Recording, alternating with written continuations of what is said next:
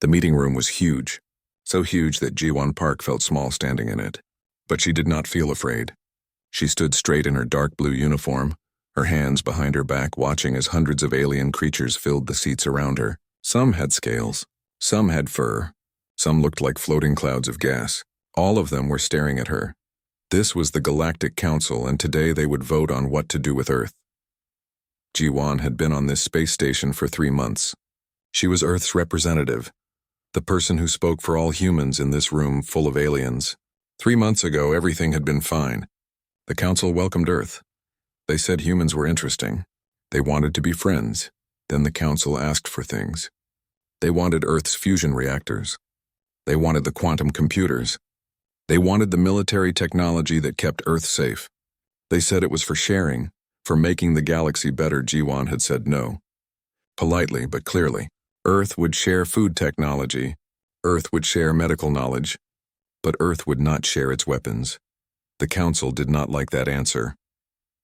High Chancellor Vrex stood at the center of the room. He was tall, taller than any human, with skin that looked like moving water. His voice filled the entire space when he spoke. "We have tried to be patient," Vrex said, looking down at Ji-won. "We have tried to teach your species the ways of galactic civilization, but you refuse to cooperate. You refuse to share. You act as if you are special." Ji-won kept her face calm.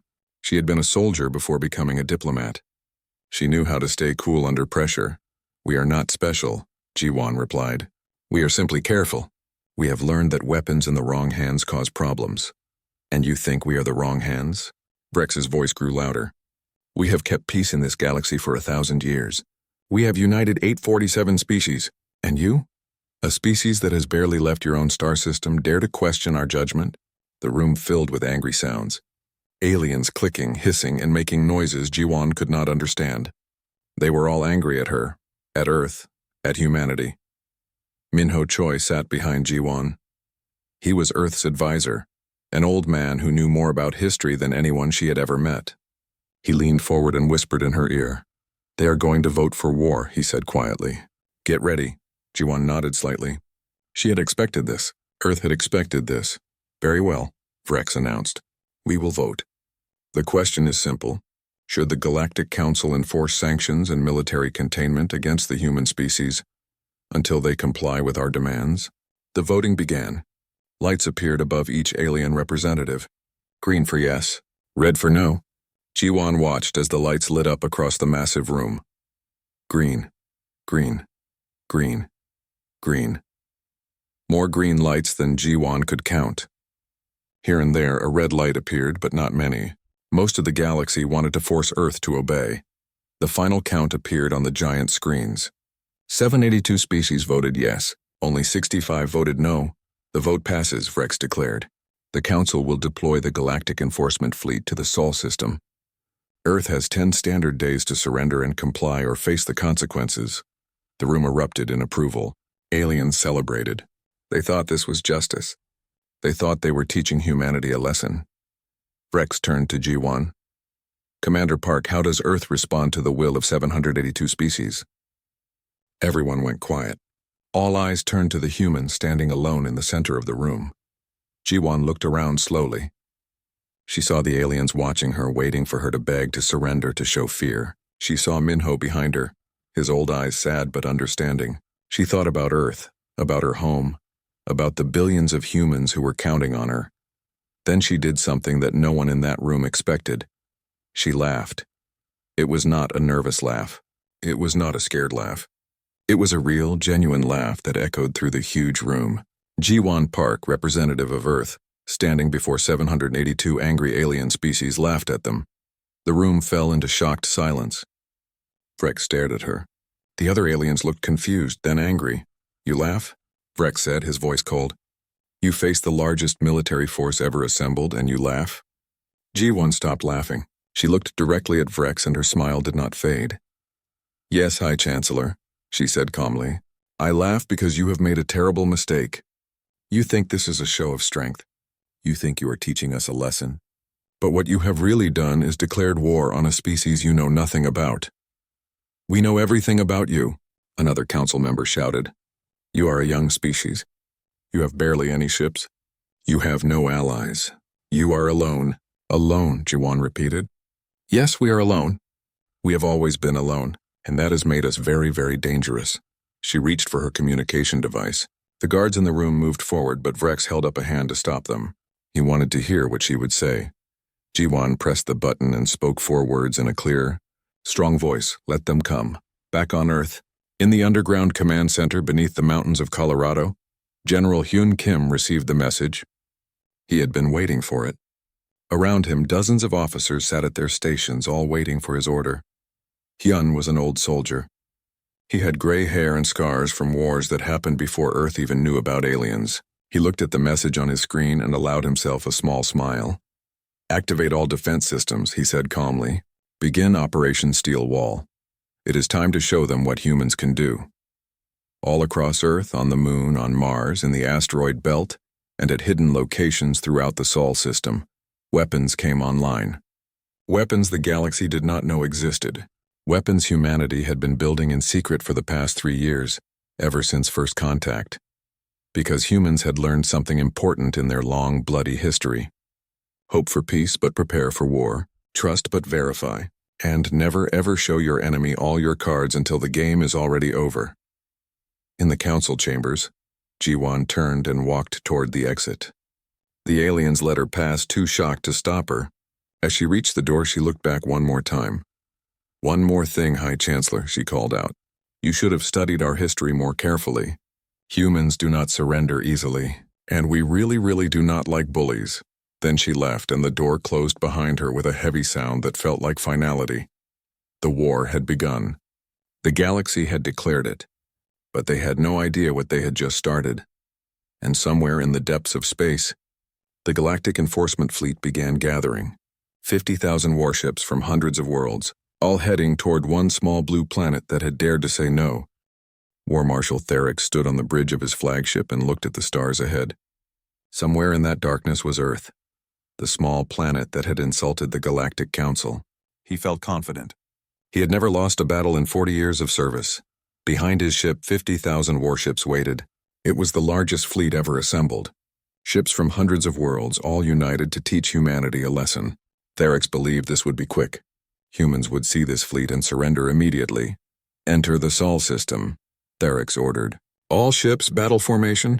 Shields up. Weapons ready, the fleet moved forward. They passed through the edge of the system and began scanning for enemy ships. Therex expected to see a defensive line, maybe a few hundred human vessels trying to block their path. Instead, they found nothing. Sir, we are detecting no enemy ships, his tactical officer reported. The outer planets appear completely abandoned. Therex frowned. What about Neptune? Uranus, any stations? Nothing, sir. All stations are empty. No power signatures, no ships. It is like they evacuated everything. This confused Therex, but he felt even more confident. The humans were running. They were hiding. This would be easier than he thought. Continue toward Jupiter, he ordered. Stay alert. The fleet moved deeper into the system. They passed Uranus, nothing. They passed Saturn with its beautiful rings. Still nothing. Jupiter appeared on their screens, massive and silent. Sir, this does not make sense, his second officer said. Why abandon everything? Where are they? They are hiding on Earth, Therex replied. All their forces must be concentrated at their home world. We will find them there. The fleet entered the asteroid belt. Millions of rocks floated in space between Mars and Jupiter. The navigation officer plotted a careful course through them. That was when everything went wrong. The first explosion came from the left flank. One moment, a council warship was moving forward. The next moment, it simply exploded in a ball of fire. Then another ship exploded. Then 5 more. We are under attack, someone shouted. Weapons fire from the asteroids. Therex watched in horror as hundreds of asteroids suddenly lit up with power. They were not asteroids at all. They were weapon platforms, hidden and waiting. Rails guns fired metal slugs at incredible speeds. Missiles launched in waves. Energy beams cut through ships like paper. Return fire. All ships, return fire, Therex commanded. The fleet tried to fight back, but the platforms were too well hidden. They looked exactly like regular asteroids until they fired. By the time the council ships found them, more platforms would activate and attack from different angles. Then something even worse happened. Ships appeared inside the formation. not at the edges where you would expect an attack. Inside, right in the middle of the Council fleet, 20 human warships suddenly became visible, surrounded by enemy vessels. Captain Sora Lee smiled from the bridge of her ship, the invisible hand. Her crew had been floating in stealth mode for 3 weeks, waiting for this exact moment. Around her, 19 other stealth carriers did the same thing. All ships, weapons free, she said calmly. Fire at will. The human ships opened fire at point-blank range. They were inside the enemy shields, inside their defensive lines. Council ships exploded left and right, unable to defend against attacks from their own formation. How did they get there? Theric shouted. How did they hide inside our formation? Nobody had an answer. The galaxy's sensors could not detect human stealth technology. It was something new, something the Council had never seen before.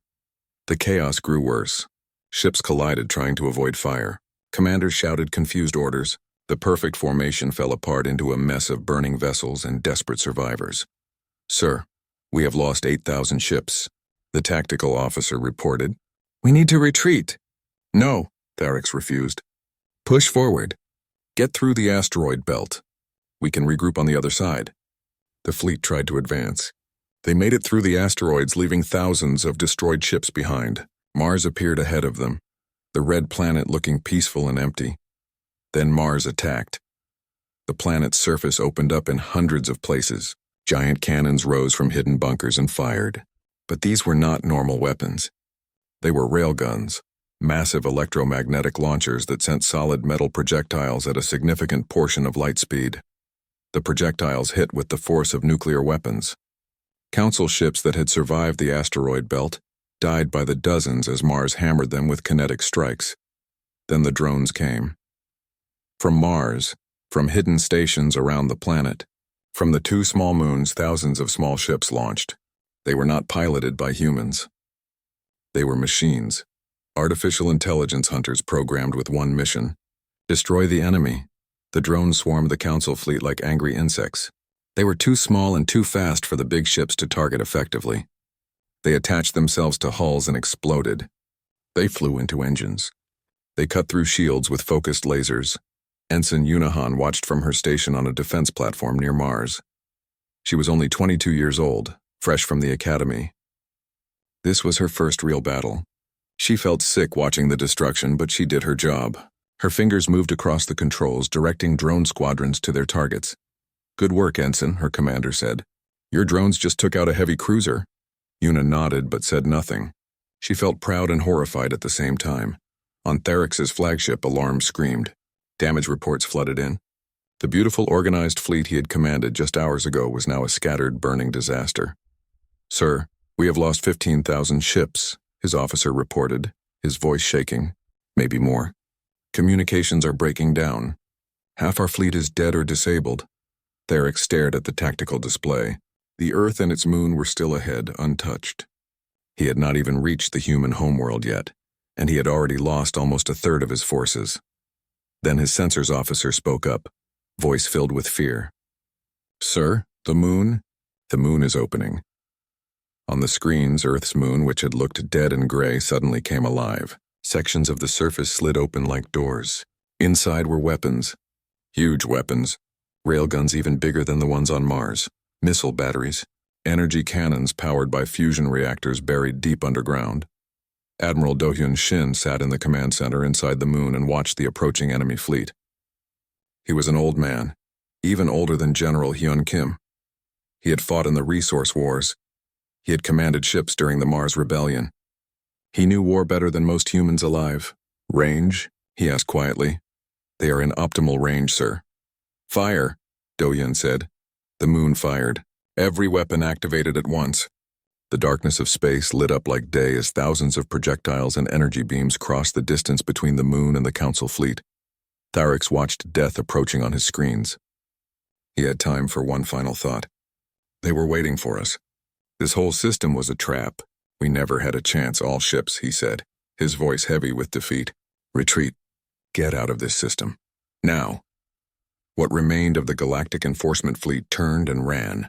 Behind them, 15,000 destroyed ships floated in the darkness, and the humans had barely used 30% of their actual military strength. The galaxy had attacked. and the galaxy had lost. Part 3, the Galactic Council was in chaos. High Chancellor Vrex stood before the assembly, but nobody was listening. Aliens argued and shouted. Some demanded answers. Others wanted to know how a single species had destroyed the greatest fleet ever assembled. "This is impossible," one council member screamed. "They are primitives. They only joined us 3 cycles ago. How can they have such weapons?" Vrex had no answers. War Marshal Theric stood beside him, looking old and tired. The great military commander had failed. His reputation was destroyed. "We need to assemble another fleet," Theric said weakly. "With proper intelligence this time. We need to know what we are facing." "There will be no second fleet," a voice said from the chamber entrance. Everyone turned. Standing in the doorway was Ambassador Minho Choi. The old human advisor walked slowly into the room, alone and unarmed. But every alien in the chamber felt afraid of him. "You have no authority here," Vrex shouted. "Guards! Remove him." The guards moved forward but stopped when Minho raised his hand. "Not to fight. Just to show something. A small device. This is a transmission key," Minho said calmly. "In 30 seconds it will broadcast a message to every planet, every station, every ship in council space. All 847 worlds will receive it at the same time. You cannot stop it. You cannot block it. I suggest you sit down and listen." Vrex wanted to refuse, but he knew the human was not lying. He sat down. The entire council fell silent. 30 seconds later, every screen in the galaxy showed the same thing. Minho Choi's face looking directly at whoever was watching. "People of the galaxy," Minho began. "My name is Minho Choi. I am a human. I am also a historian. Today I will teach you about my species. I will teach you why your council made a terrible mistake." Billions of aliens watched. On every world the message played. They could not turn it off. They could not ignore it. "Humans have existed for 200,000 years, Minho continued. "For almost all that time we have been at war. Not with aliens, with ourselves. We have fought over land, over resources, over ideas, over gods. We have fought for good reasons and stupid reasons, but we have always fought."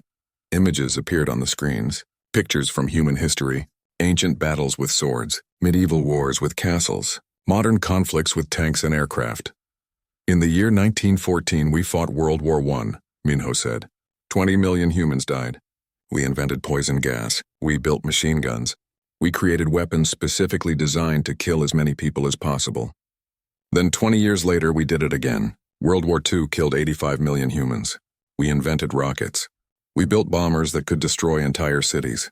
And we split the atom, the very building block of matter, just to make a bigger bomb." The screens showed mushroom clouds, images of destroyed cities, the horror of Hiroshima and Nagasaki. Across the galaxy, aliens watched in shock. Some felt sick. Others felt fear. They had lived in peace for centuries. They could not imagine such violence. "After that," Minho said, "we had the Cold War.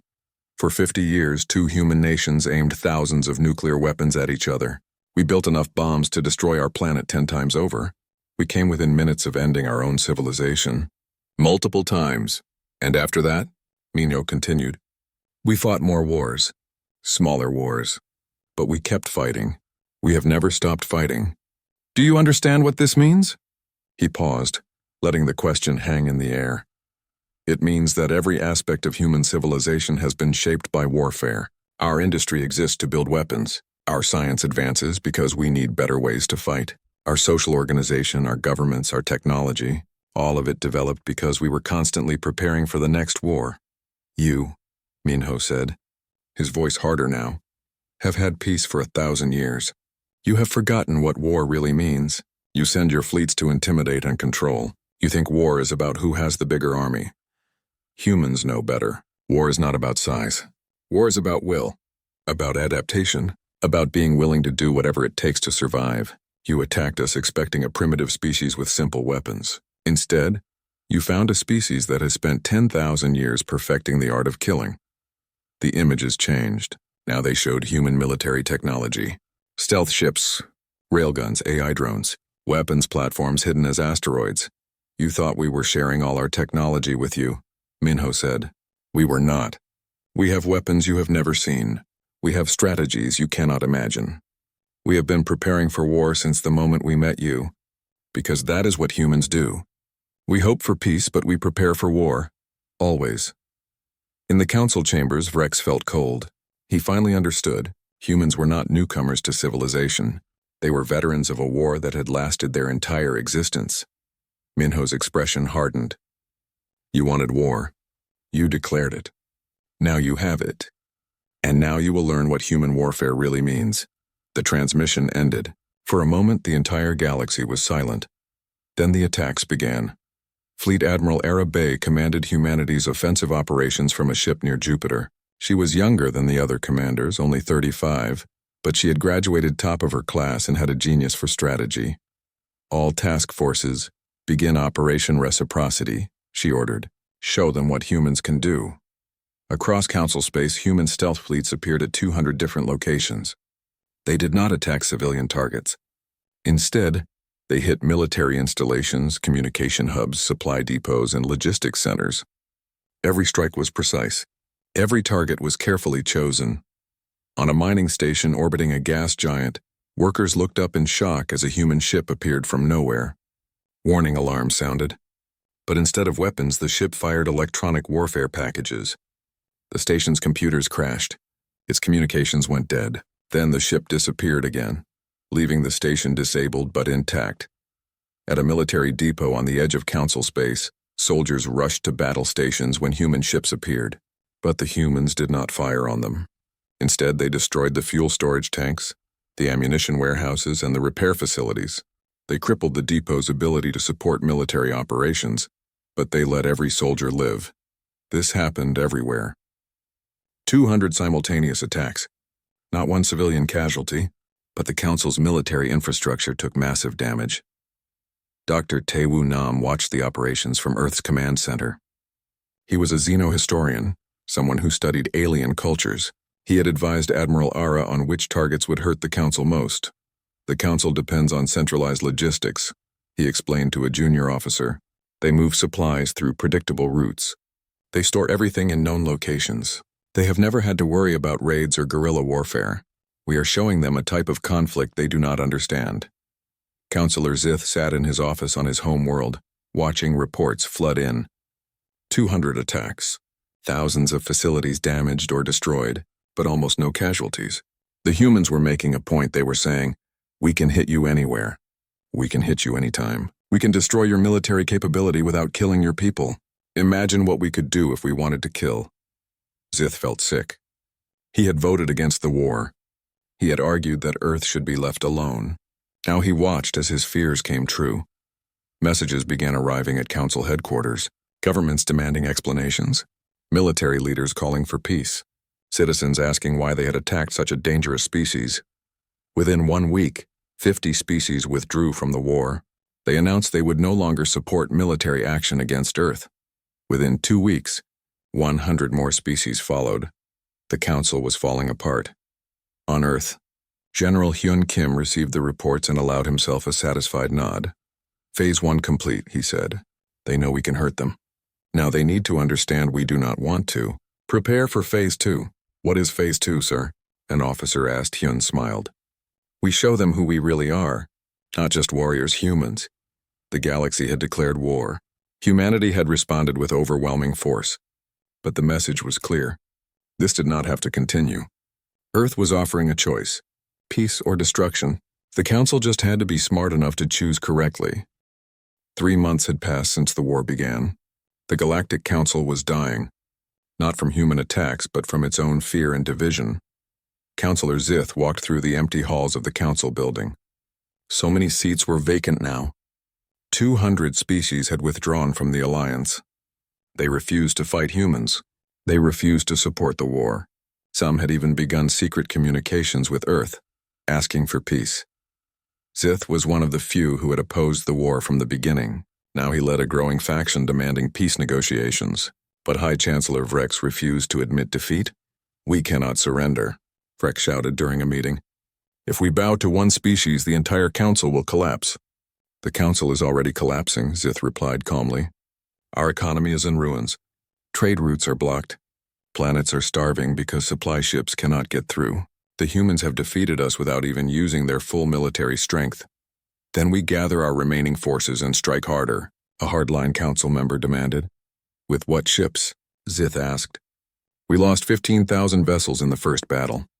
We lost hundreds more in raids. The humans appear and disappear at will. They strike from stealth. They hack our systems. They turn our own weapons against us. We cannot win this war. The room fell silent. Nobody wanted to admit it, but everyone knew Zith was right. That was when the message came from Earth. It was addressed to the neutral species, the ones who had withdrawn from the war. The message was simple.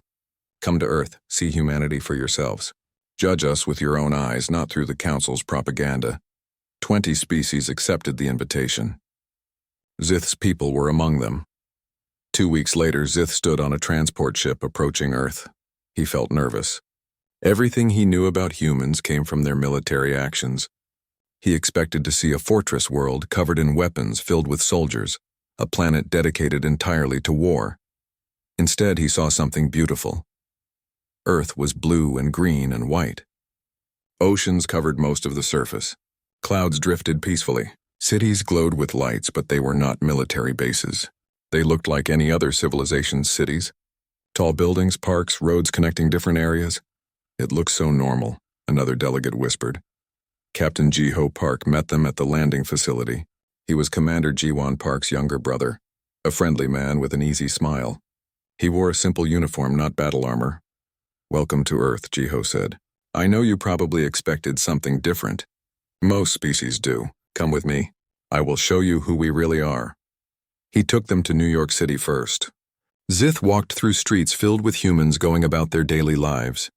People laughed. Children played. Street musicians performed.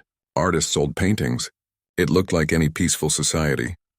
This is impossible, Zith said. Your species is at war. Where are the soldiers? Where are the weapons? The soldiers are at their posts, Ji-Ho replied. The weapons are where they need to be. But life continues. We do not let war consume everything. That is one of the things that makes us human. Next, Ji-Ho took them to a hospital. They watched human doctors treating patients. Not soldiers, regular people with regular illnesses. The doctors worked carefully, saving lives, showing compassion.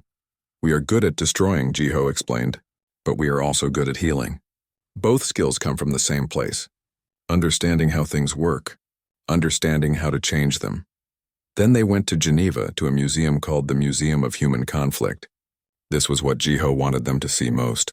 The museum was huge, room after room displaying human history. But it was not a celebration of war. It was a warning against it. Zith walked slowly through the exhibits. He saw weapons from every era, swords, guns, tanks, missiles. But he also saw the cost. Pictures of destroyed cities, lists of the dead, stories of suffering. The museum showed both the power of human weapons and the horror they caused. One section focused on World War II. Zith read about the death camps, the atomic bombs, the millions who died. He felt sick. How could one species do this to itself? But then he entered another section. This one showed peace treaties, the United Nations, international laws protecting civilians, humans working together to prevent future wars. He saw pictures of former enemies shaking hands. Treaties signed, walls torn down, weapons destroyed. We are not just warriors, Ji-Ho said quietly. We are survivors. We learned how to wage war because we had to, but we also learned how to make peace. Both lessons came from terrible experience. Zith stopped in front of a display showing the Geneva Conventions, rules of war, protections for civilians, treatment of prisoners, limits on weapons. You made rules for war? He asked. Yes, Ji-Ho replied, because we understood that even in war some things should be forbidden. Even when fighting, we could choose to be humane. That is why we did not kill civilians during our attacks on council facilities. Not because we could not, because we chose not to. Understanding hit Zith like a physical blow. Humans were experts at both war and peace. They knew how to destroy completely, but they also knew when to show mercy. They were the most dangerous species he had ever encountered, not because of their weapons, but because of their wisdom in using them. That night, Zith sent a message back to the council. He told them what he had seen. He told them Earth was not a threat to be destroyed, but a civilization to be respected. He called for immediate peace negotiations. But not everyone in the council agreed. A group of hardliners, species who had lost the most in the war, made a desperate plan. They would use everything they had left. One massive attack with a superweapon. If they could destroy Earth, the war would end. They assembled a weapons platform in deep space. It was huge, powered by the cores of dying stars capable of destroying an entire planet. They pointed it at Earth and prepared to fire. On Earth, sensors detected the platform charging. Alarm sounded in the command center. General Hyun Kim watched the threat assessment appear on his screens. Planet killer weapon, an officer reported. It will fire in 10 minutes. Can we destroy it? Hyun asked. Not in time. It is too far away and too well shielded. Hyun thought for 3 seconds. Then he smiled. We do not need to destroy it. Connect me to Cyber Warfare Division. 5 minutes later, human hackers broke into the weapons platform's computer systems. The Council had built it quickly, using standard components, standard software. They had not considered that humans might be able to hack it. The platform's targeting systems changed. Instead of pointing at Earth, it rotated toward the Council fleet that had brought it there. The Council commanders screamed orders to abort, but they had no control. Human code now ran the weapon. It fired. The beam cut through the Council fleet like it was nothing. Ships exploded. The few survivors fled in panic. The superweapon drifted in space, now completely controlled by Earth. Messages poured in from across Council space. Governments demanding the fighting stop. Military commanders surrendering. The hardliners who had ordered the attack were arrested by their own people. The war was over. Not because Earth had destroyed the Council, but because the Council had destroyed itself trying to fight a war it could never win. Prime Minister Yoon Ji-kwon stood in Earth's government building and prepared to make an announcement. It was time to offer terms. It was time to show the galaxy what kind of species humans really were. 6 months after the Galactic Council declared war on humanity, representatives from 847 species gathered in New York City for a peace conference. But this time, the humans were in charge. The meeting took place in the same building where humans had once created the United Nations. The room was huge and filled with aliens. Some looked nervous. Others looked defeated. All of them waited to hear what Earth would demand. High Chancellor Vreck sat in the front row, but he was no longer the leader of anything. The Council had removed him from power. He attended only as a representative of his species, stripped of authority, his reputation destroyed. Councillor Zith sat near him. Zith had been elected as the new leader of what remained of the Galactic Assembly. The Council was gone, dissolved in shame and failure. The Assembly was smaller, humbler, and desperate for peace. Admiral Ji-won Park stood at the side of the stage. She wore her full dress uniform, medals across her chest. She had been promoted after the war, but she did not feel triumphant. She felt tired. War always made her feel tired. Prime Minister Yoon Ji-kwon walked onto the stage. She was a middle-aged woman with gray hair and a calm expression. She had led Earth through the war with steady wisdom. Now she would lead Earth through the peace. Representatives of the galaxy, Yoonji began, her voice clear and strong. Thank you for coming. I know many of you expected this to be different. You expected us to make harsh demands. You expected punishment. You expected humanity to act as conquerors. She paused, looking around the room at all the alien faces watching her. That is not who we are, she continued. Yes, we won this war. Yes, we proved we could defend ourselves. But humanity does not want an empire. We want peace. We want cooperation. We want to build a better galaxy together. Confused whispers filled the room. The aliens did not understand. They had started a war. They had lost. Why was Earth being kind? Here are Earth's terms, Yoonji said. A display appeared behind her, showing the conditions in multiple languages. First, humanity will share our defensive technologies with all species. Not weapons of conquest, but tools to protect yourselves. Shield technology, sensor systems, detection methods. We will help you defend your worlds. The aliens stared in shock. Earth was offering to share the very technology the Council had demanded. For free. Second, Yoonji continued, we will forgive all war debts. The species who fought us do not owe us anything. We will not demand tribute or reparations. The war is over. Let us move forward, not backward. More shocked whispers. This was not how wars ended. The victor always demanded payment from the defeated. Third, Yoonji said, humanity will help rebuild the infrastructure we destroyed. We damaged your supply chains, your communication networks, your military facilities. We will help repair them. We will send engineers, resources, and aid. Now the aliens looked confused. Earth was offering to fix what it had broken. This made no sense, or did it? In exchange, Yunji said, her voice becoming more serious, we ask for 3 things. The room went completely silent. Here it was. The real price of peace, first condition. No species may declare war without exhausting all diplomatic options. An independent tribunal, with representatives from multiple species including humans, must verify that peace was attempted before any military action is approved. That was reasonable. The aliens nodded. War should be a last resort, not a first choice. Second condition. All species must establish cultural exchange programs. We need to understand each other. The Council went to war with us because they did not know us. They saw us as primitives. If they had taken time to learn about humanity, this war might never have happened. That also made sense. Understanding prevented conflict. The aliens agreed. Third condition. Humanity gets a permanent seat on the reformed Galactic Assembly's Security Council. We will have veto power over any declaration of war. The room erupted. Some aliens objected. Others argued. But slowly the noise died down, because everyone understood. Earth was not asking for control. Earth was asking for the power to prevent future wars. After what they had seen humans do, after the mercy Earth had shown, most species thought this was acceptable. Zith stood up. The Assembly accepts these terms, he announced. They are more generous than we deserve. Thank you. Vrex, the former High Chancellor, also stood. His voice was quiet, humble. Prime Minister Quan, I must ask, why? Why are you being so kind to those who attacked you? Yunji looked at him directly. Because we remember our own history. We remember what happens when winners humiliate losers. When Earth's nations defeated Germany in World War I, they demanded harsh punishment. That created resentment and anger. 20 years later, World War II began. But after World War II, the winners helped rebuild. They showed mercy, and we got 70 years of peace. We learned, she continued, that true victory is not about destroying your enemy. It is about turning your enemy into a friend. That is what we offer you today. Not conquest, friendship. Rex sat down slowly. For the first time since the war began, tears ran down his face. He had led the galaxy to war against the wisest species they had ever encountered. We were fools, he whispered. We declared war on the wrong species. You should have been leading us all along. Admiral Jiwan Park heard those words. She remembered standing in the council chambers 6 months ago.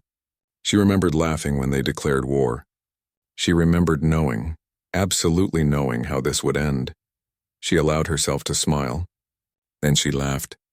The same genuine laugh that had echoed through the council chambers and changed the galaxy.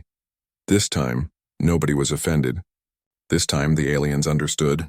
G1 was not laughing at them. She was laughing at the beautiful absurdity of it all. The galaxy declared war, and humanity responded with victory and mercy. The treaty was signed that day. The war officially ended. Celebrations erupted across Earth and in many alien worlds. Ships began traveling again. Trade resumed. Construction crews departed for damaged systems. 20 years passed. The Galactic Assembly thrived under new leadership. 3 potential wars had been prevented through diplomacy, with humans serving as mediators each time. Cultural exchange programs created unprecedented cooperation. Scientific discoveries accelerated as species shared knowledge freely. Admiral Jiwan Park, now retired, gave a lecture at the Galactic Military Academy. Young officers from hundreds of species listened as she explained human military philosophy. The greatest victory, she told them, is the war you never have to fight. The deadliest weapon is the one you never have to use. And the strongest warrior is the one who knows when to fight and when to forgive. A young alien officer raised a hand. Admiral, I have studied the war. When the Council declared war on Earth, you laughed. Why, what did you know that we did not? Chi-Wan smiled at the memory. I laughed because I knew how it would end. I knew that if you were foolish enough to attack us, we would defeat you. And then we would help you rebuild. Because that is what humans do. We have been fighting ourselves for 10,000 years, she continued. We are very, very good at war. But we are also very, very good at peace. You gave us a chance to prove both. So thank you, Ji-Wan finished. Thank you for teaching the galaxy that humanity is not to be feared, but respected. Not for our weapons, but for our wisdom in using them. Or better yet, in choosing not to. The young officers applauded. They came from species that had once fought Earth. Now they trained under human instructors. learning not just how to fight, but when to fight and when to seek peace. That night, G1 stood on a balcony overlooking New York City. She thought about the war, about the lives lost, about the peace that followed. She thought about her speech in the council chambers all those years ago. She had laughed then because she knew humans had been tested by fire for their entire history. Every challenge made them stronger. Every war taught them lessons. Every peace showed them mercy. The galaxy declared war, expecting to crush a primitive species. Instead, they learned what it meant to face humanity. And in the end, they learned that the most dangerous human weapon was not technology or tactics. It was the choice to show mercy after victory. That was what made humanity truly unstoppable.